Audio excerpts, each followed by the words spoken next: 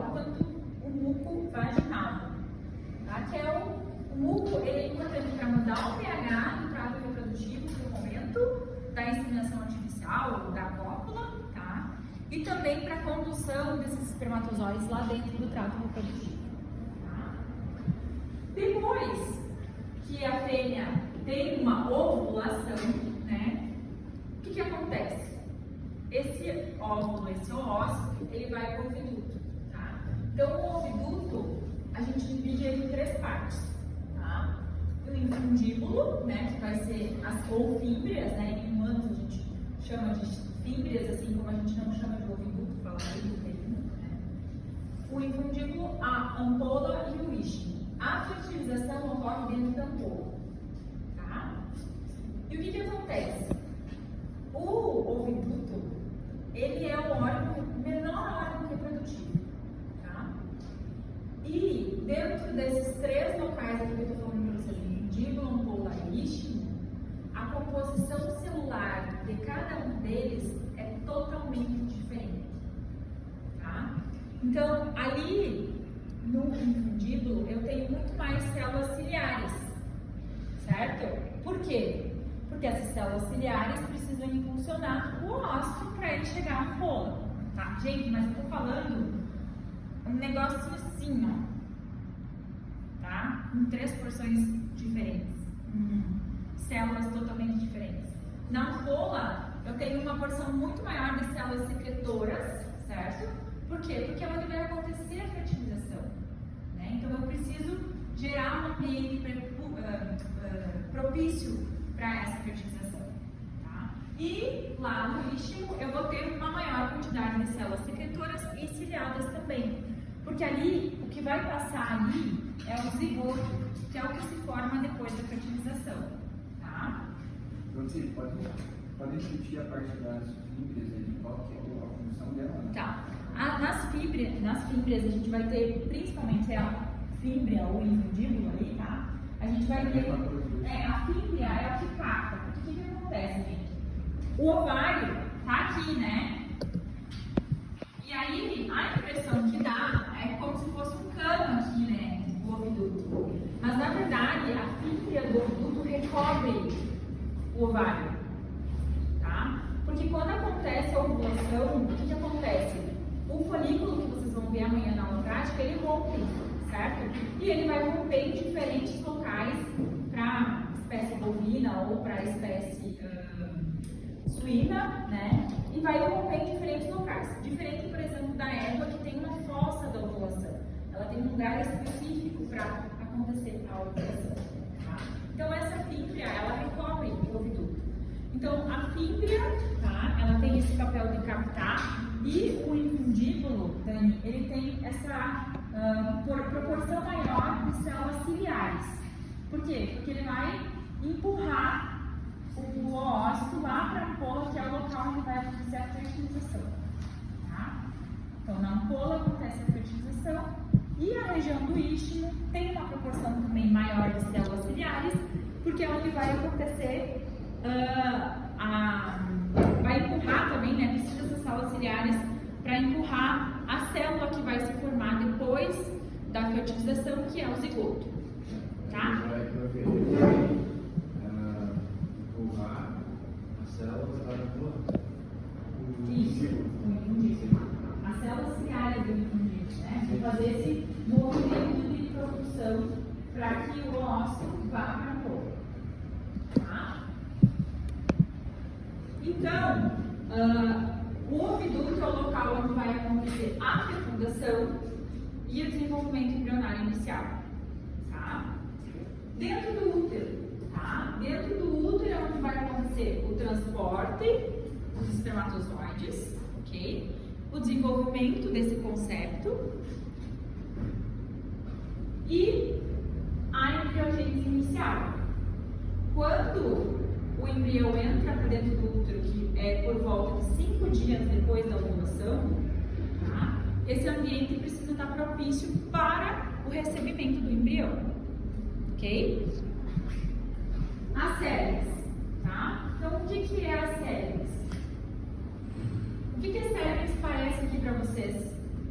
nessa imagem. Aqui está o útero, é onde desenvolve o concepto, certo? E aqui está a vagina e o aparelho reprodutor externo, aqui, a vulva, o vestíbulo, né? O que esse cérebro parece para vocês? Um portão de um castelo. Hã? Um portão de um castelo. Um portal do castelo. Também tenho essa impressão, Monique. Porque ela fica fechadinha, né? Quando Porque ela fica fechadinha, tá? E ela só vai ter um relaxamento quando? Quando a fêmea estiver em cio, né? E por quê? Porque o útero, ele tem que ficar aberto ali para qualquer tipo de visitante? Não, né, gente? O útero é onde acontece o desenvolvimento do concepto, que é o embrião, e do feto. Então, a cervix, ela é uma barreira física. Tá? A cervix, ela é uma barreira física. Agora, pensem comigo. Quando a gente faz manipulação para biotecnologia, quando eu faço IATF, quando eu faço inseminação artificial, em qualquer espécie, eu estou colocando a minha mãozinha dentro do trato reprodutor da fêmea, tá? Eu estou colocando o aplicador, a pipeta de inseminação, tá? Então, o princípio básico da biotecnologia é cuidado com material, esterilização de material, né? Esse material precisa ser novo, estéril, nunca utilizado. Por quê? Porque eu estou passando essa barreira física, certo? E se eu não tiver esse cuidado, eu posso estar levando para o trato reprodutivo dessa fêmea uma possível contaminação, tá? Depois a gente tem a vagina, né? Aqui, a vagina. Na espécie bovina e equina, a gente tem o fundo de saco vaginal, aqui, tá? Na espécie suína, a gente não tem esse fundo de saco vaginal.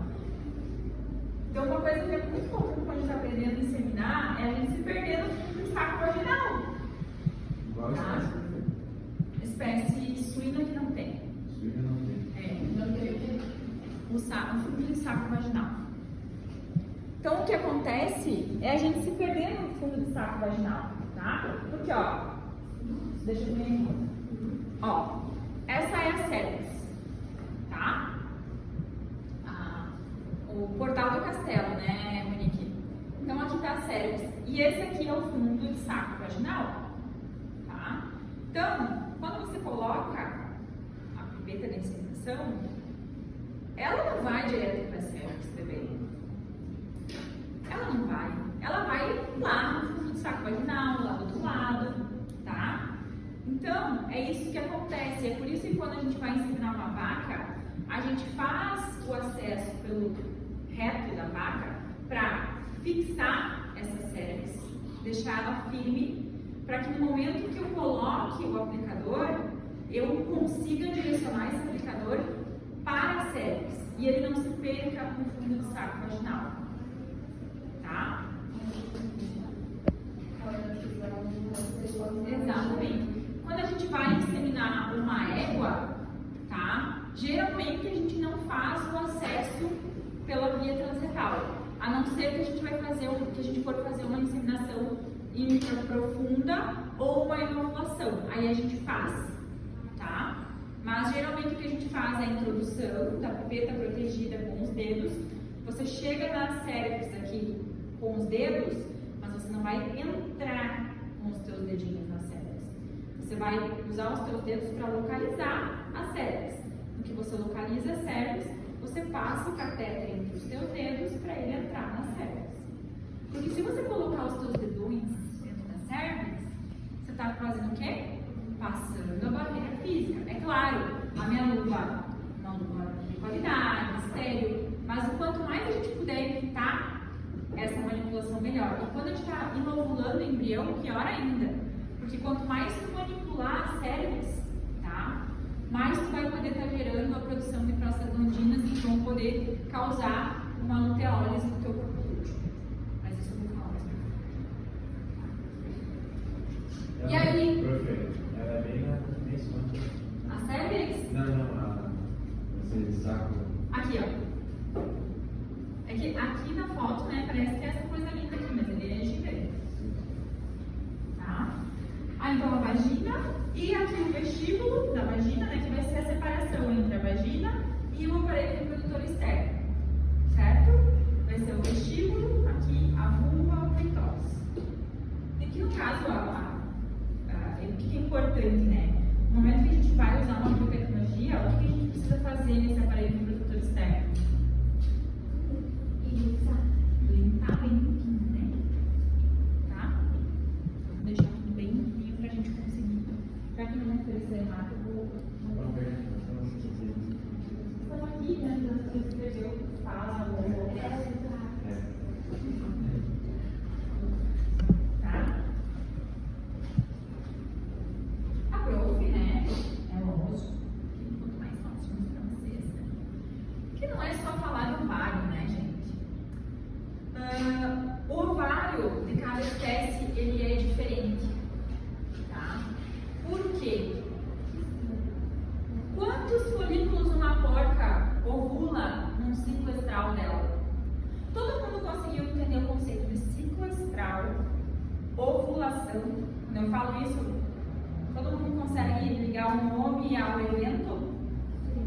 Sim ou não? Porque eu me vejo na obrigação de explicar novamente. O ciclo estral, tá? É o período entre uma ovulação e outra ovulação.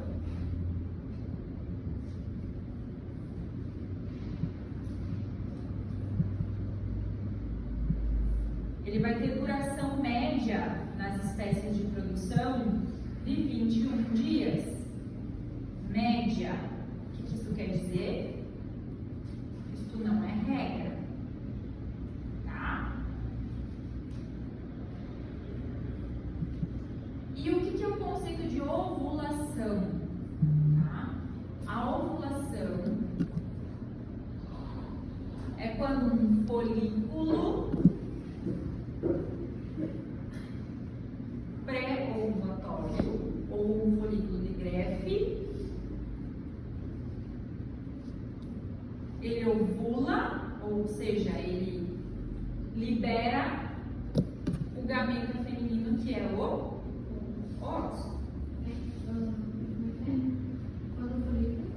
Quando um folículo pré-ovulatório ou um folículo de Greff ovula, liberando o gameta feminino, entre parênteses, o óvulo.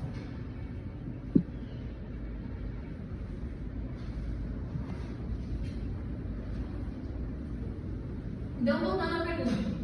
Quando uma fêmea suína ovula, quantos leitões uma fêmea suína pare?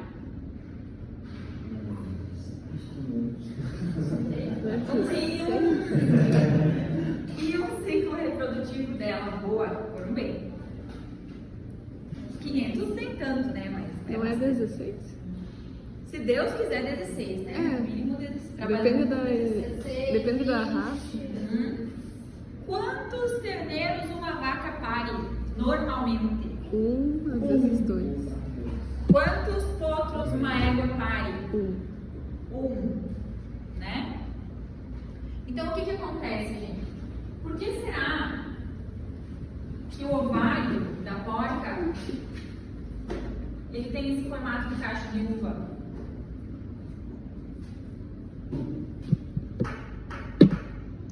Aqui numa onda, aqui num ciclo estral, tá? Essa fêmea ela vai ovular de 20 a 30 folículos. Tá? Ela não é uma espécie monoovulatória. Tá?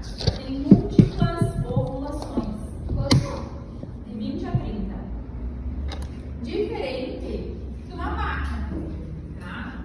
Eu vou ter a ovulação em geral, geralmente de 1 a 2 folículos.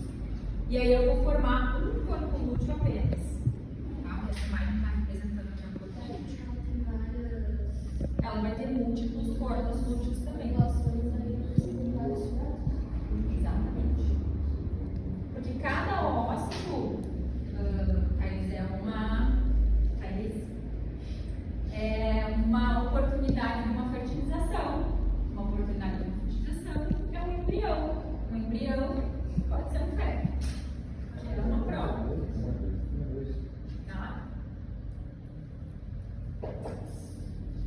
A égua é da mesma forma. Mas vocês estão vendo aqui, ó, aqui na vaca, que é o ovário da vaca, e que é um folículo pré-ovulatório. Tá? Aqui é um outro ovário de uma vaca, mas em vez de eu ter o folículo, eu tenho um corpo lúteo, porque essa vaca já ovulou, né? Isso aqui se diferenciou em corpo lúteo. Lembra que a prova contou isso para vocês? Tá? Na égua, vocês estão vendo os folículos igual vocês estão vendo nas outras espécies aqui? Não, né? Porque o que acontece? O ovário, ele é dividido em duas porções. Lembra? Em quantas porções era dividido o testículo?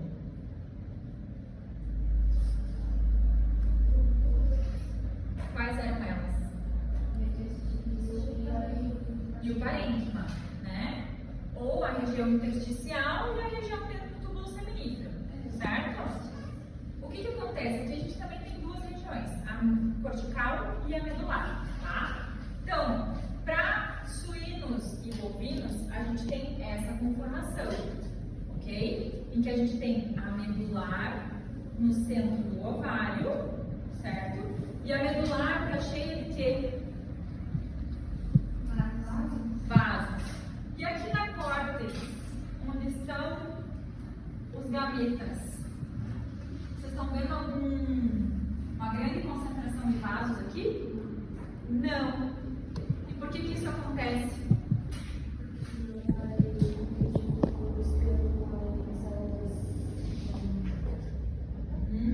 Mas você viu que aqui a gente tem uma maior concentração do que se parar para pensar no macho, né? Porque a orogênese da fêmea, ela acontece um pouquinho diferente da do macho. Ela é mais lenta, ela é mais demorada, tá? Então, esse ovário permanece com a célula 2M por um bom tempo, tá? Então, a gente divide em córtex e medular. Na égua, tá? Vocês estão vendo que está ao contrário? Que os folículos estão aqui e os vasos estão aqui. E aqui a gente tem uma regiãozinha que a gente chama de fossa da ovulação. Tá? Então, na égua... Ai, que é isso, menino? Tá dando?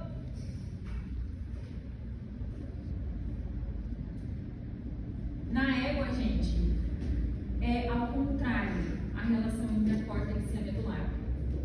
Tá? Então, por isso que palpar uma égua e sentir o folículo, a gente consegue. Mas é muito mais difícil de tu predizer o milímetro, né, o tamanho desse folículo do que numa vaca. Tá? Ok? Se a gente passa no ultrassom, a gente consegue ver conteúdo anencóico, consegue ver folículo também? Com certeza. Tá? Um dos principais manejos reprodutivos em égua é acompanhamento da dinâmica folicular e como que esse folículo ele vai crescendo, se desenvolvendo. Tá? Já que a gente não consegue fazer IATF, o que a gente faz? Acompanha o crescimento folicular para saber o momento adequado para fazer a indução da ovulação e inseminação dele. Na égua? Transar? Só tem que tomar um cuidado.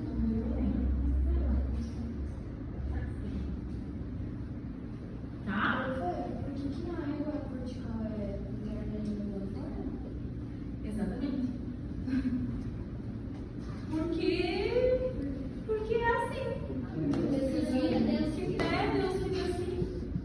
Só para as coisas ficarem mais difíceis. Tá? Então, o que acontece? Mas, na verdade, gente, tem um porquê, assim. Essa fêmea, ela tem uma fossa da ovulação. Então, para a fêmea equina, é muito mais difícil ela ter uma... Não é difícil ela ter uma ovulação dupla, mas é muito mais difícil tu ter dois oócitos que vão ficar viáveis depois da ovulação. Acontece, com certeza acontece, tá? Porque no momento que um folículo ovula, tá? Aqui cria um coágulo e muitas vezes o outro ósseo não consegue passar. Mas acontece muito de ter mais que uma ovulação e mais do que um embrião se faz um lavado numa égua, tá? Até 3. Eu já acompanhei um lavado. É mais difícil mensurar o tamanho do folículo. Na égua. bacia medular, tá? Aí, o que acontece? Um parto gemelar para uma vaca é muito mais fácil do que para uma égua, tá? Manter a gestação gemelar também é bem raro, tá? E por isso que é bem raro, tá? Porque a gente tem um mecanismo fisiológico, que é a fossa da ovulação, que tenta evitar essa gestação gemelar na égua. Mas ela serve pra quê? A fossa da ovulação, para você ter um local que vai acontecer a ovulação e você limitar. Tipo, não tem mais fluido. Daí o que tu disse? Não acontece? Acontece. Tá? Principalmente quando a gente usa a égua para transferência de embrião e a gente acaba estimulando o ciclo dela, né, fazendo ela retornar. Isso acontece quando ela tem mais uma ovulação. Mas daí, quando tu está pensando em transferência de embrião, o que tu vai fazer? Tu vai produzir os embriões em vivo dentro da égua, né? E 8 dias depois, 7, 8 dias depois que tu inseminou ela, você vai fazer um lavado endometrial e vai retirar esses embriões para colocar nas receptoras, para inovular nas receptoras. Então você não vai ter uma gestação gemelar ali, tá? Diferente de, por exemplo, quando a gente insemina uma égua para que ela vá gestar, né? Então, inseminei a égua, eu vi que teve 2 ovulações. Se teve 2 ovulações, quando eu for avaliar o diagnóstico de gestação dessa fêmea, eu preciso fazer uma varredura precisa, calma, tranquila, do endométrio, para ver se eu não tenho 2 vesículas embrionárias. E quanto mais precocemente eu fizer isso, melhor. E muitas vezes, se a égua vai gestar, quando a gente faz esse diagnóstico e vê que tem 2, a gente geralmente tenta fazer o pinçamento de uma das vesículas. Tá? E não é nada fácil. Você vai ter que esmagar esse embriãozinho. Então, quanto mais precoce ele ser, mais fácil, né? Só que diferente da vaca, a gente faz o diagnóstico de gestação. Com quantos dias a gente faz o diagnóstico de gestação da vaca? Não lembro. Palpando. Não, com ultrassom. Ultrassom. 35 consegue ver o sexo, né? 50. 32 dias. 28, 32 dias já consegue fazer o diagnóstico de gestação na vaca, né? Na égua, 12 dias depois da IAC.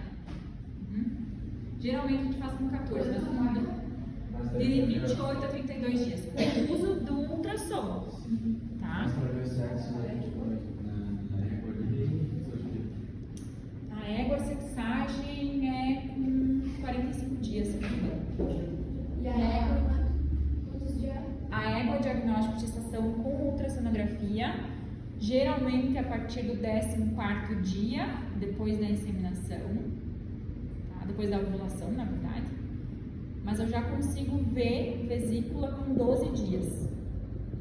A vesícula é bem pequenininha, tá? Daí o que acontece? A égua tem muito cisto endometrial.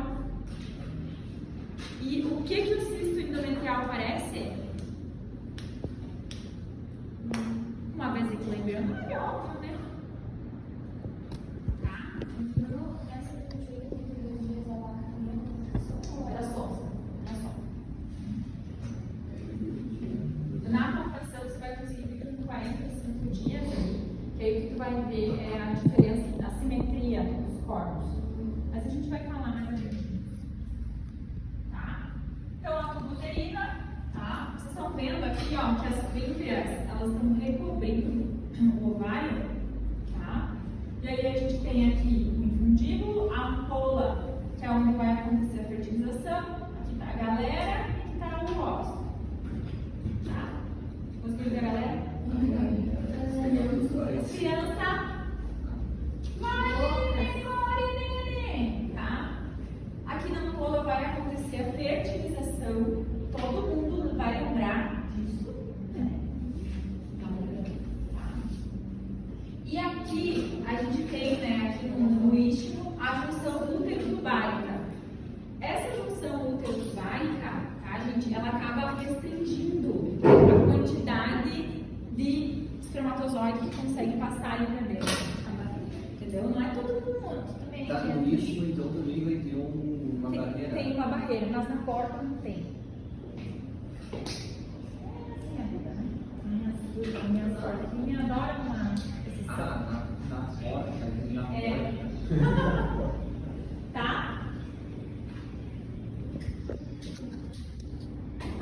Útero. O que vocês acham dessa variedade de úteros? Precisava, né? Precisava, né? Tá? Então, o útero, gente, ele é dividido em corpo do útero, tá? E cornos uterinos. Ok? O que acontece? Algumas espécies, como a espécie suína, tá? Tem um tamanho de corpo uterino bem pequeno em relação aos cornos uterinos. Por quê? Esses cornos uterinos precisam ser muito longos para conseguir abrigar 16, 20 leitões, certo? 10 que sejam, né? E o que acontece? O útero da porca, os cornos uterinos da porca, tá? Ele tem pregas. Sabe as pregas que tem no intestino? Ele também tem pregas. Tá? O útero, o corno uterino da porca, ele tem como se fosse pregas intestinais, tá? Que é para fazer uma separação ali, entendeu? Porque é muito longo, tá? A espécie bovina, tá? A gente tem então o corno uterino bicornal, né? Então tem 2 cornos uterinos. E o que acontece? Se você vai palpar uma vaca, se você vai palpar uma égua, tá? Quando você vai fazer a palpação da égua, você vai conseguir palpar o útero dessa forma, como se ele fosse Y, tá? Porque ele é em formato Y. A vaca, né, os cornos uterinos, eles vão ficar direcionados para baixo, tá? Então, a gente vai fazer esse movimento para conseguir palpar os cornos uterinos da vaca, diferente de quando a gente palpa uma égua, tá? A mesma coisa, quando eu vou fazer a varredura para achar o ovário da égua é muito maior que o ovário da vaca, né? O ovário de uma égua é mais ou menos desse tamanho, se ela está em éstrus, se ela tem atividade folicular. E o ovário de uma vaca em atividade folicular ele é desse tamanho, tá? Então tem um tamanho, uma dimensão muito menor. Aí, gente, o que acontece? O que o trato reprodutivo pode influenciar na biotecnologia? A gente consegue fazer o acesso pela via transretal em suínos? Na fêmea suína? Não, né? Consegue, certo? Porque é um animal menor. Então, o que a gente tem aqui como biotecnologia, a gente também usa inseminação artificial, tá? Na nossa porquinha. Só que ela não tem o fundo de saco vaginal, né? Então é mais fácil de encontrar cervix dessa fêmea também. Mas aí, ao longo do tempo da inseminação artificial para porcas, a gente melhorou a eficiência produtiva, né? E também o uso da genética, certo? Por quê?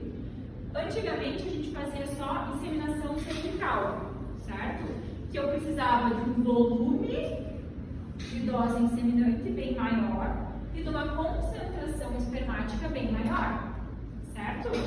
Por quê? Porque eu vou depositar aqui na cervix a dose inseminante, né? Então tem que passar pela cervix para chegar até o oviduto, certo?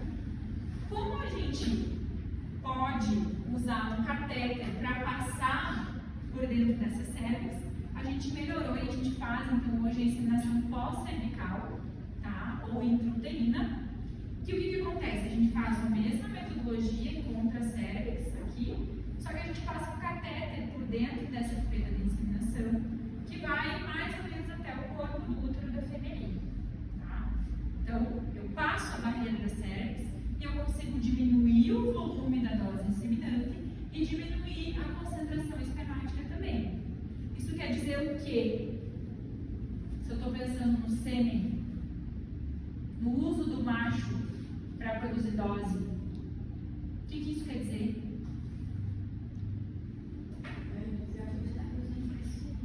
Que eu vou poder inseminar mais fêmeas, porque se antes eu usava uma dose, essa dose aqui para inseminar uma fêmea, esse volume aqui eu consigo usar para inseminar 2 fêmeas. Vocês concordam comigo? Que isso aqui é a metade disso?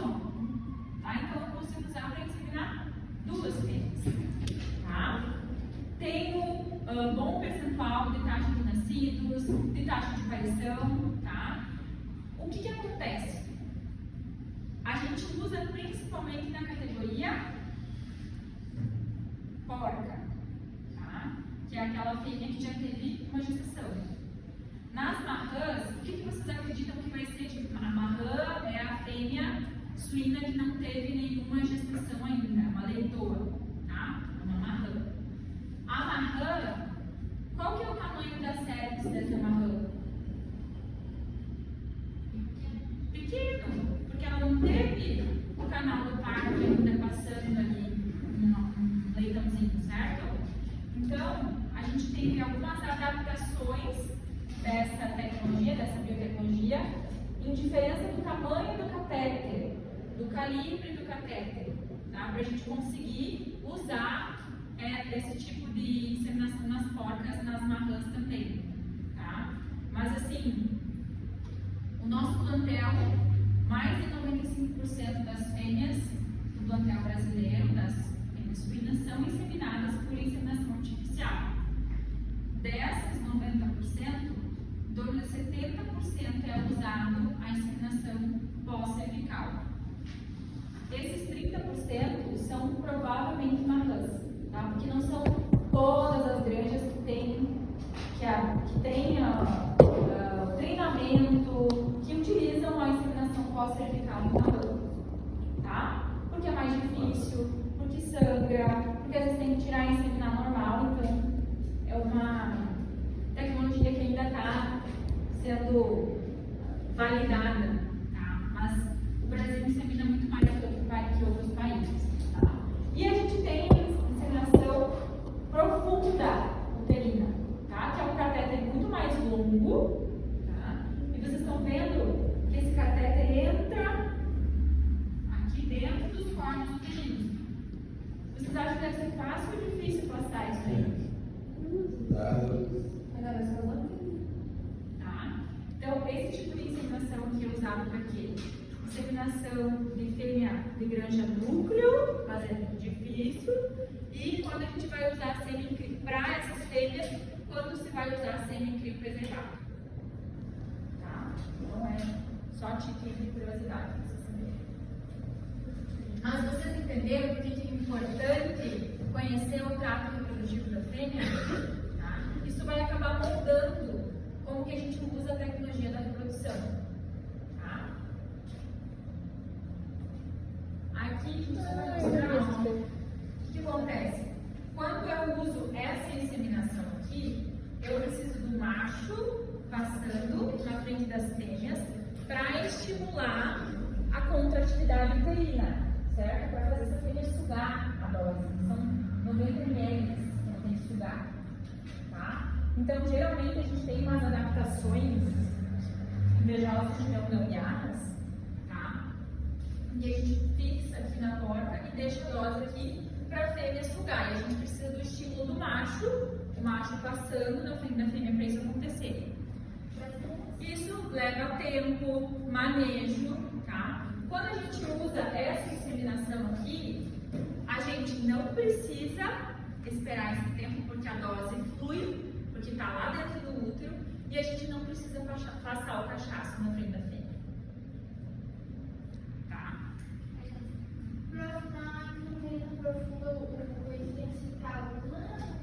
Ali, quase chegando no ouviduto lá. Não chegou no ouviduto, mas tá quase. Porque é usado, Luiz, para semi-crio preservado. Daí o volume é 5 ml. Já pensou 5 ml dentro desse 1,20 m aqui de corno uterino? Vaca, tá? A cervix da vaca, a gente tem a presença dos anéis cervicais, tá? E são esses anéis cervicais que a gente vai passar no momento, tá, da inseminação artificial numa vaca. A gente vai segurar as cérebros dessa vaca, fixar as cérebros dessa vaca, para que a gente facilite a passagem da pipeta de inseminação pelos anéis cervicais. O que a gente vai fazer amanhã na aula prática é exatamente isso, tá? Treinar essa passagem. Quando a gente faz o curso de inseminação artificial, a primeira coisa que a gente faz antes de ir passar pipeta de inseminação na vaca é treinar em peça de batedor. Tá? Então, você treinar essa passagem desses anéis, para você aprender a sentir a passagem desses anéis. Tá?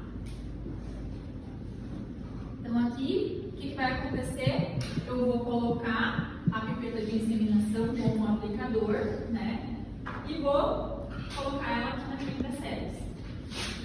Eu vou ir com a outra mão pelo reto, e é por isso que a gente palpa com a esquerda. Porque a minha mão direita, que é a mão que a maioria das pessoas, né, é destra, mas no caso, se eu não sou, eu vou fazer o contrário, óbvio, né? A minha mão que eu tenho mais habilidade, ela precisa estar livre para manusear o mandril. Se eu for estar fazendo uma coleta de embrião para abrir o copinho coletor, tá? Para colocar a sonda de lavagem, tá? É por isso que a gente aprende a palpar com a mão esquerda, tá? Combinado? Tá bom. Vou mostrar uns vídeos